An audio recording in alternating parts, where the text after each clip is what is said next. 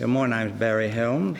I've lived here since 1958. I come up here with my father. He's a professional fisherman in the Menindee lakes. And that's how I first come up here, and I've been here ever since. I was a commercial fisherman in the Menindee lake scheme for 37 years until that was closed down, which they called the Sunset Clause, and the two gentlemen that brought that about are actually in prison now, but I won't mention their names. You'd all know in New South Wales.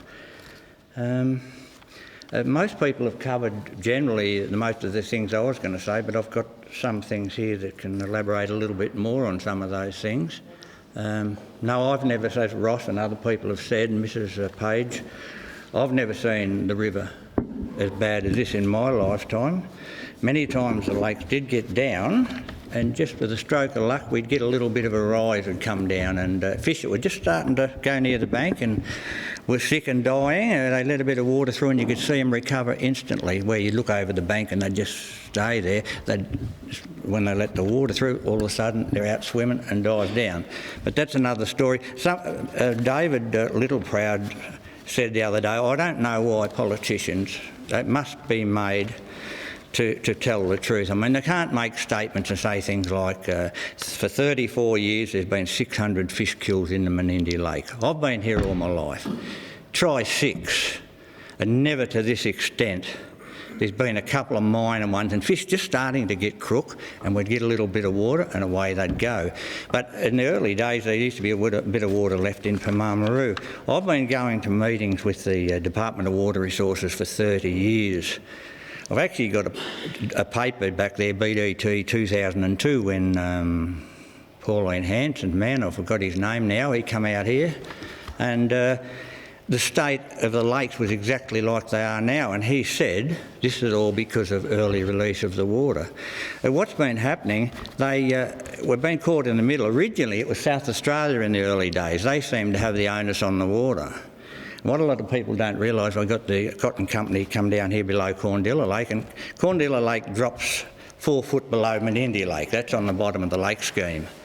And instead of blocking off this narrow creek down here, that meant that Tandale were the only ones that could get that water to grow cotton. But that was actually put in the figures so that when South Australia could call on the water, they weren't calling on that water in Lake Corndilla because that was Tandale's water. There was no access for them for that. So, and I went to that many meetings, and I've actually had them walk out of meetings halfway through. I'll never forget a bloke called John Kelly. I was telling him, why are they draining the lakes all at the one time?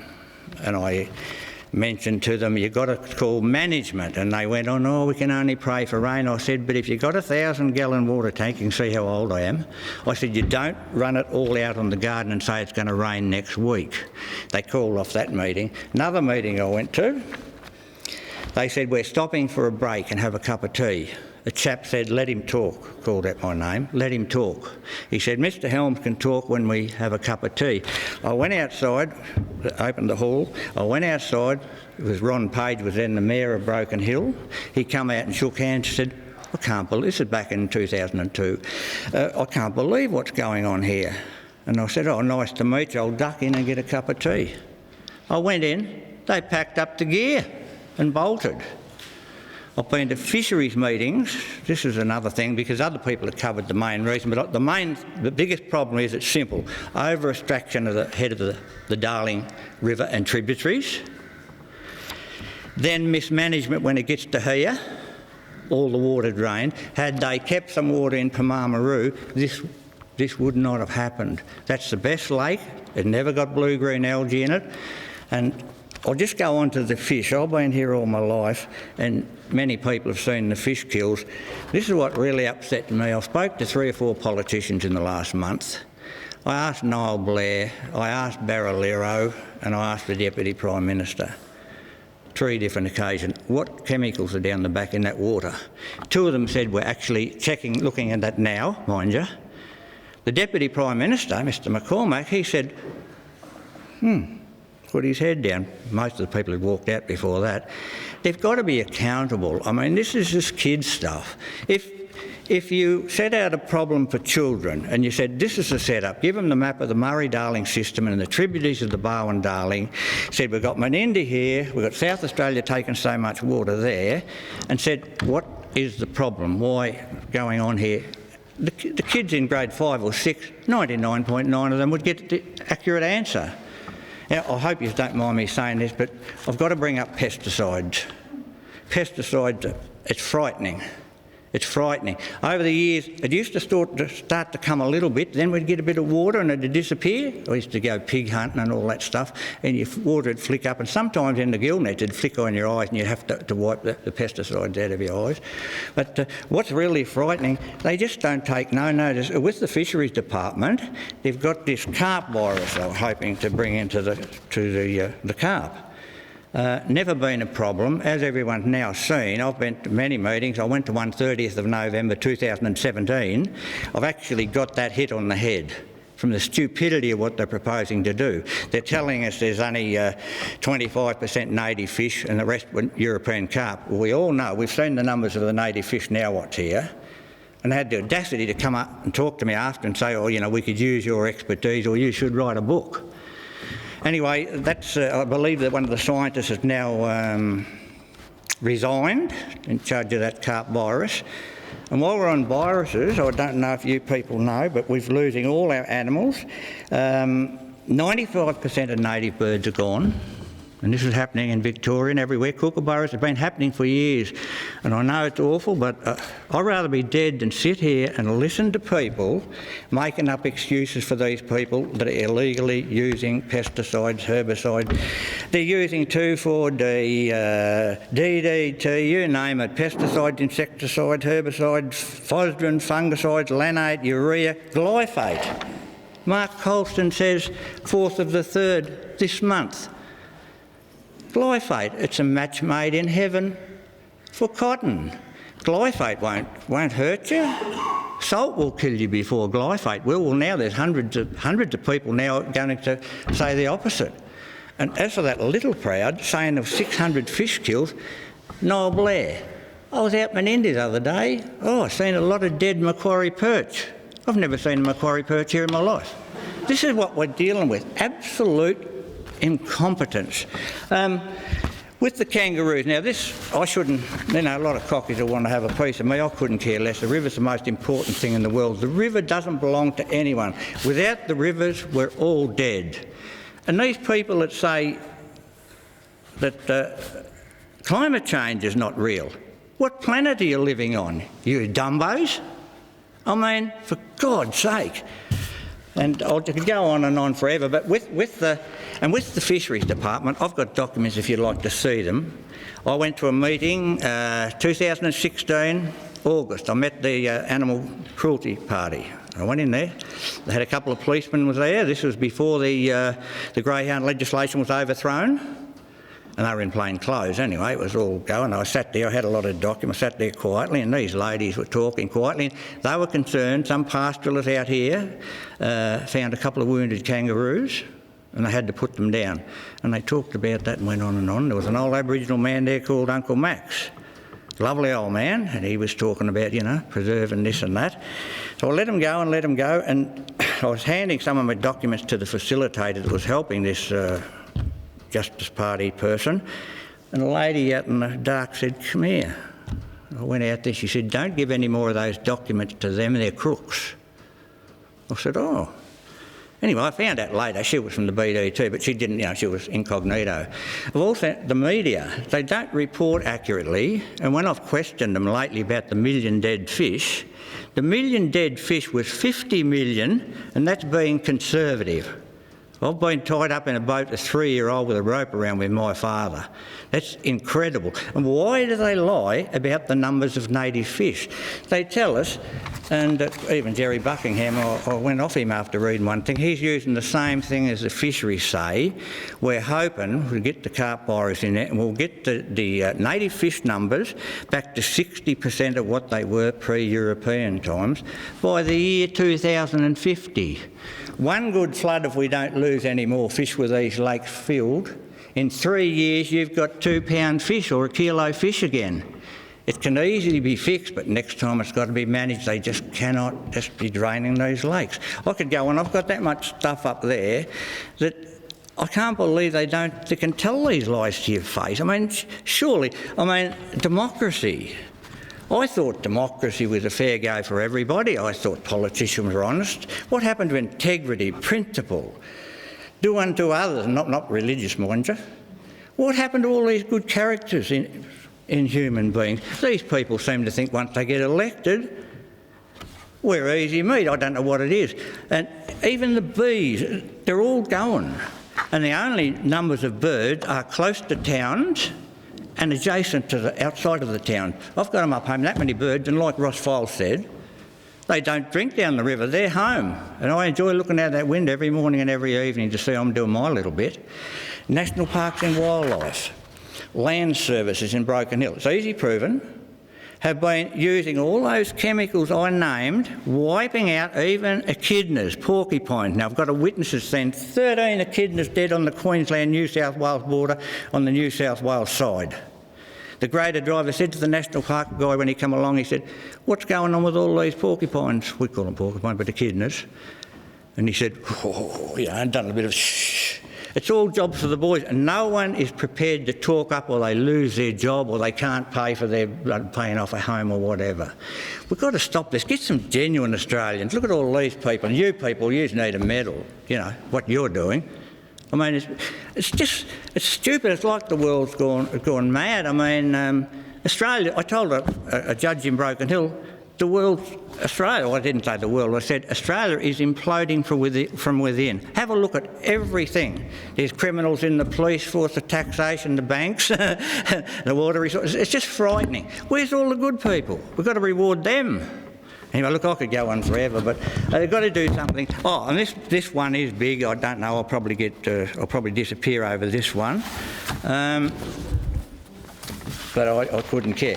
Now, I only picked this up out the tip. I didn't know this happened. The night I went into that animal justice meeting, that was August 2016, I didn't know when I went in, and I got up and told them the true story, how they're using all the chemicals to wipe out all the birds and animals, the Land Services, the Wild Dog Board and the National Parks.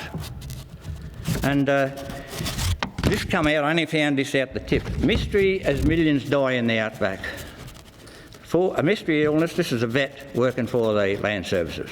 The mystery illness that has been killing off the kangaroos in Western New South Wales appears to also be affecting other animals such as feral goats, cattle, sheep and even crows.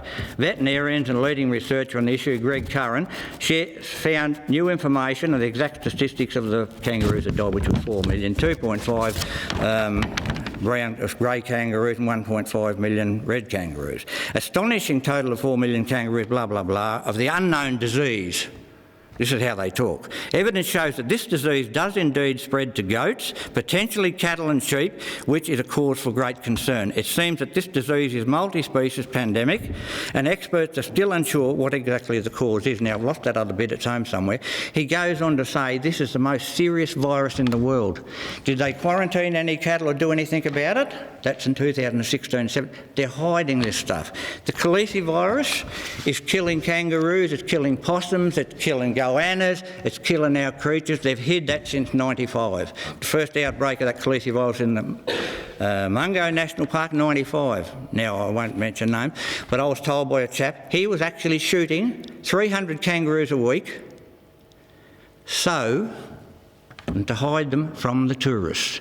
They were all doing it. They're all using this lanate on the parks. The Land Service has actually got all the pastoralists on board. You can go and get this lanate anywhere in Australia. God help whoever gets in the hand of a terrorist. You only got to go like that and you drop dead. It's frightening. You can just go and buy it anywhere right now. I brought it to the attention of the government and the Animal Justice Party. They went into the Parliament. They watered it down when they were speaking to Niall Blair, and Niall Blair talked around it and they didn't address it on the day. Now, there's another thing what they're doing with our animals in the river. The Opera House yabby nets. For many years they've been strict. You had to have a 90mm ring in the net. This was deemed to be safe for other aquatic life, Now, work this one out. That was put to them in Parliament. I've got the documents. Noel Blair goes on to say that his scientists and his fisheries are the most brilliant people in Australia. If they deem those nets to be safe, I'll take their word for it. Well, there you are. Zero tolerance for the same nets. Victorian government on the Victorian side of the river. They're killing our water rats and all our aquatic. The so-called experts and scientists have all got it wrong. No wonder they're resigning. And the fine in Victoria, the other side of the Murray, is $38,000 maximum fine or 2 years in jail. They've been told this in Parliament 2 years ago, and the Animal Justice Party, well, you can forget about them. But the media, it's frightening. I said to the girl, I said, why do you keep reporting 1 million fish? And she said, oh, well, that's what the DPI told us. I said, but you know that's not correct. And the boss said, oh, well, that's what they tell us. I said, well, you people need to get some expertise. You're just talking for them. And God strike me dead, if there wasn't 50 million dead fish in that river, I'll go, hey, there's 50 million in 200 metres in one place. There was just zillions of them touching side by side, all native fish, you know. And the fisheries are still pushing. They're going to get the native fish back to by 2050. Most of it will be gone. This is rubbish. It's just jobs for the boys. Same on the parks. They've just put in the paper this week 4 more jobs on the national park. Guess what one of the main things is? Pest eradication. They're skiting, so many 100,000 baits, blah, blah, blah. All they do with this lanate, and I've got it from a cocky, she was embarrassed. She burnt 60 red-tailed eagles on her property adjacent to a national park the first week, and she said the big property north of Whitecliff, hard to believe, I know, but it come from a person, 1,400. And when they eat this bait, they put 10 mil in the guts of the kangaroo, put a bit in the eye. It was to get wild dogs, this is the taught, but wedge-tailed eagles have been known to take a few lambs, but crows do more damage than wedge-tailed eagles. Anyway, you get the eagles first, then you get the crows and the hawks. As that chap said earlier, the kite hawks are nearly gone. They were in zillions. And then you get the wedge-tailed eagle, then the kite hawk, then the crows. They're pretty cunning, a few of them are surviving. Then you get kookaburras, magpies, butcher birds, every meat-eating bird that eats that thing, and that chemical lanate, L1A, it lasts a week. And you only got to put 10 mil in there. And then the insects that die on that kangaroo get eaten by the mudlark, you name it, all those little birds that eat insects, they're all gone, or willy wagtails. Then our old mate the porcupine comes along and eats the dead ants. And that was the 13 the bloke seen in the fence. I could go on forever, but I better shut up. I'll tell you what, I hope this government's gone. We can't have these people in this country. It is imploding our country. Everyone's a criminal except all these good people. Anyhow, I better shut up. Is there anything you want to ask me? Shut up. I've had this going for 30 years, going to these meetings and telling them why are they draining the lakes prematurely, and just ignore you. They actually said, I got back once that they said, nobody argue with him about the lakes because he's been there all his life. Just shut up and let him go, because they don't keep the minutes at the meeting, see? And it's escalated, and this is what this big, evil, big, fat thing's turned into. Anyway, my 3 minutes must be up. No, but don't go anywhere. But thank you for sharing all of that. We'll say thank you.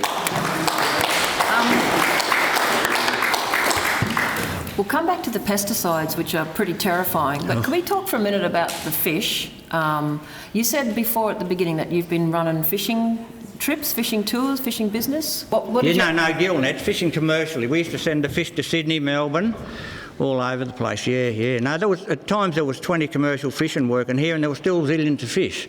And that's where, I shouldn't have got me going, but that's where what happened with the carp. The native fish used to always eat their own kind. And then 20 years ago, just a couple of years premature to when they took our licences, whenever you caught a big perch he'd have a fish in his mouth. It used to be in the old days another perch. All of a sudden it was just European carp, and it's a complete turnaround in nature. In the old days when there was no weirs, all the big amounts of native fish that would live, but then they'd eat all their own native fish, and now they've turned it around. The carp are right down to small numbers, really small numbers. It's brilliant.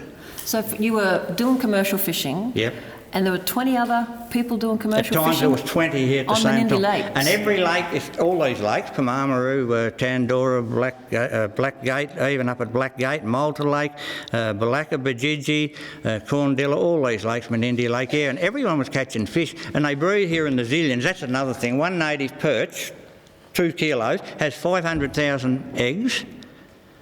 In 2.5 to 4 days, given the water conditions, And I can know this from experience, the little perch are sex maniacs. One time the Menindee lake was down low and the old bloke said to me, "Oh, put some bigger nets out there, mate," because he was catching too much rubbish fish, you know.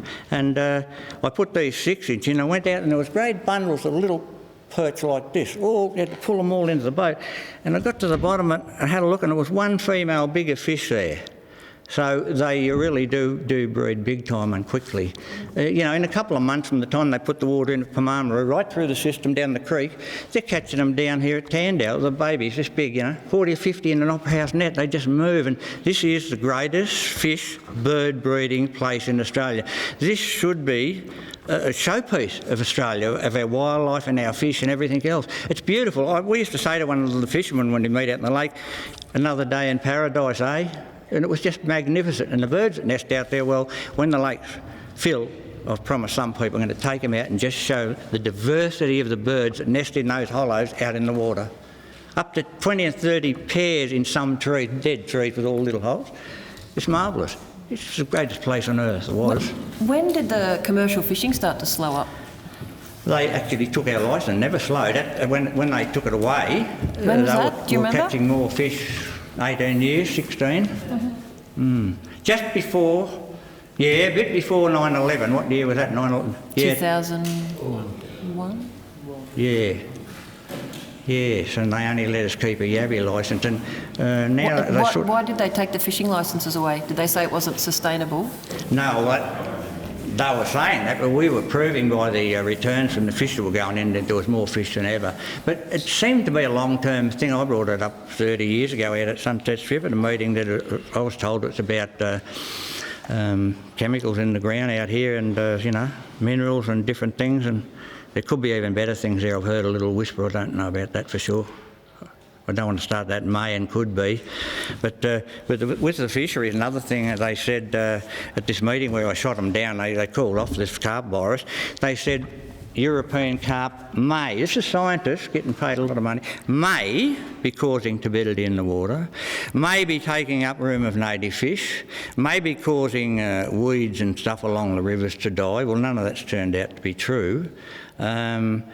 If you're going to talk about things taking native fish away, well, have a look at these pumps. They all suck in all these tiny fish.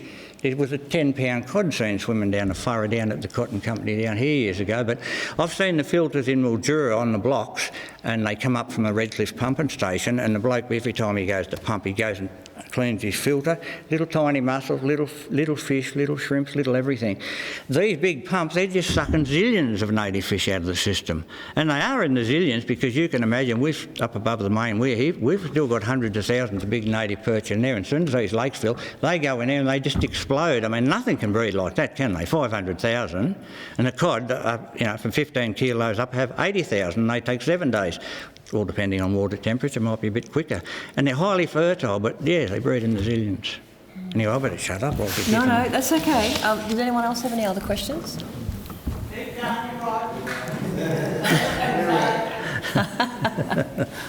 And I know that you've got a lot of material, a massive box, but we might have a yarn to you in another break and just see if any other reports or papers or anything you would like to share, you know, about all the hard work you've done for decades looking after. Yeah, it was quite frightening to look in this book and see the birds that are in this area. They're just about gone. And this is National Parks and Wildlife. I can't work them out. I've been going into them about slaughtering emus down here out of helicopters. A bloke reported to me many years ago that he found one underneath a bush a month after they'd been shooting him. No one was on the ground. He was wounded and he was being eaten alive by maggots, that kind of thing. I went and reported and wait till Mr So-and-so's here. I've been on this for years, but Kosciuszko National Park. 6 different types of chemicals they used back a few years ago to get deer, foxes, wild dogs, rabbits, blah, blah, blah. It's all cruel.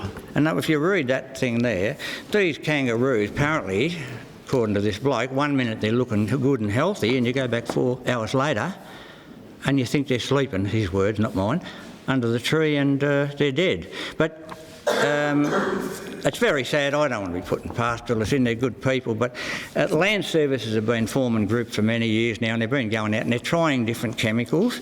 Oh, I must show you this one. this is important. This is on the Broken Hill Road. 1080 wild dog poison. They don't call them dingoes because they're not allowed to now because they're getting stopped. Laid on this property. 8 months, right? At the bottom, caution, non-target animals may be affected. A month later, a bloke got a dog here in Menindee with a horse and cart. Bloke was telling me of a beautiful dog that's entertaining the kids up at his cafe, and he said when the bloke left with him and his horse, he said, "Be careful going out that Broken Hill Road, mate." He said, "Oh yes, I've got a muzzle to put on my dog." And next time I seen that bloke, he tapped me on the shoulder at the tip.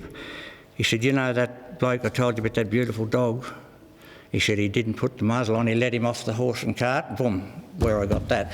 But this is ridiculous. Caution, non-target animals may be affected. I haven't seen a dingo on that road in my whole lifetime. And it's not working. It's jobs for the boys. They're just starting their hundreds of thousands more baits every year, twice in Whitecliffs, dead animals in the town, dead birds. And this lanate's the main one. It just kills everything. And everyone's got it in their sheds, and the tiny little bit, and it lasts forever. It's quite frightening, and I don't know. Our great Mr Colston said not long ago, it's only a month ago, he says that he's a bit worried about America, concerned by the toxins that may be in our beef. Apparently we send 45,000 tonnes to America. And he said they are overly sensitive about the toxins in our beef. Well, when you get that thing and see this virus, it's pandemic. You want to see some of the words on the other bit of paper. Could be the biggest bloody disease. Wait till China, Russia and Indonesia. What if I was to send a copy of that to their embassies? That's the end of it here in Australia. Some of those cattle are gone over there now. And this Khaleesi virus, they were warned about it, but they made out that it sneaked into Australia. Well, gee, I'd like to be sure winning the lotto that they've sneaked that into this stretch of river, because the lower part of the river with less water, warmer, no fish died until, after it took them 2 fish kills, there was one, 3 weeks later there was a second. By the time they got the people up here to pick up the dead fish, all the fish had decomposed on the bottom, but they did run a little bit of water down, floated them down into that lower structures of the river, which is really low, and a few fish died down there. I'm suspecting, I've been told the Murrumbidgee's the same, I'm suspecting they've sneaked this carp virus in there. And when I read their logic, I said to them at the meeting, I said, "But did any native fish die when you've done these testing?" And they said, "We've done thorough testing." They said, "Oh, well, a couple died. The carp died. A couple native fish died, but we don't know what killed them." Am I missing something? Anyway, I better shut up. Before you go, I was just wondering, the fish kills have been a huge issue nationally, internationally, and a lot of people say it's the thing that brought a lot more people to pay attention to what's happening. I'm very interested to know how you think the native fish species that will or won't come back from what's just happened. Well, if we get a bit of water, do you think... Up above the main weir, the water's actually higher, and then we've got another weir below this section. It's at a reasonable depth, and then we drop right down to bugger all places you can walk across the river. There's no water. Well, those fish up in that above that main weir, I know there's hundreds of tonnes of native fish still there. They come back out of those lakes and they breed up and they're all back in there. And there's a lot in that Kopi Holler too. That could be a saver out there in Kopi Holler, because that varies. Well, I've never seen that dry. It's went close. So there's a few little refuges that can help repopulate if we get the water. Yeah, no, the numbers are there. If we can and what do they need? Obviously water, dumb question, but how much water are they going to need to bring up? Well, they just need to put some water up above Weatherall. If that was to rise 4 feet, and they could put some, they'll breed in there. Even in this river, if it lifts 4 foot, they'll breed. They've sort of adapted to environment. I was telling some people the other day at a meeting, the native fish are actually breeding twice a year, which if I didn't know and being a fisherman, I'd say, yeah, bloke's talking through his hat. And the birds were actually breeding twice a year because they had the fish and the food supply. We had water resources here once. We're going to increase the regulator out of Menindee Lake from 5,000 megs a day to 10,000 so they could get rid of it quickly. I said, well, you go and tell the water birds that are nesting out there in the thousands that you're going to do that, because the minute you start draining that lake quickly, they abandon their eggs, young, the lot. They've got no idea. Like that Nigel Scullion, never piqued my imagination. Anyway, I won't get going on that one. Okay, we might let you go then, eh? I'm a pain, aren't I? But, no, you're not. 30 years of putting up with these mongrels. Thank you very much. Thank you, Barry. I hope you don't get a medal. Thank you so much. People.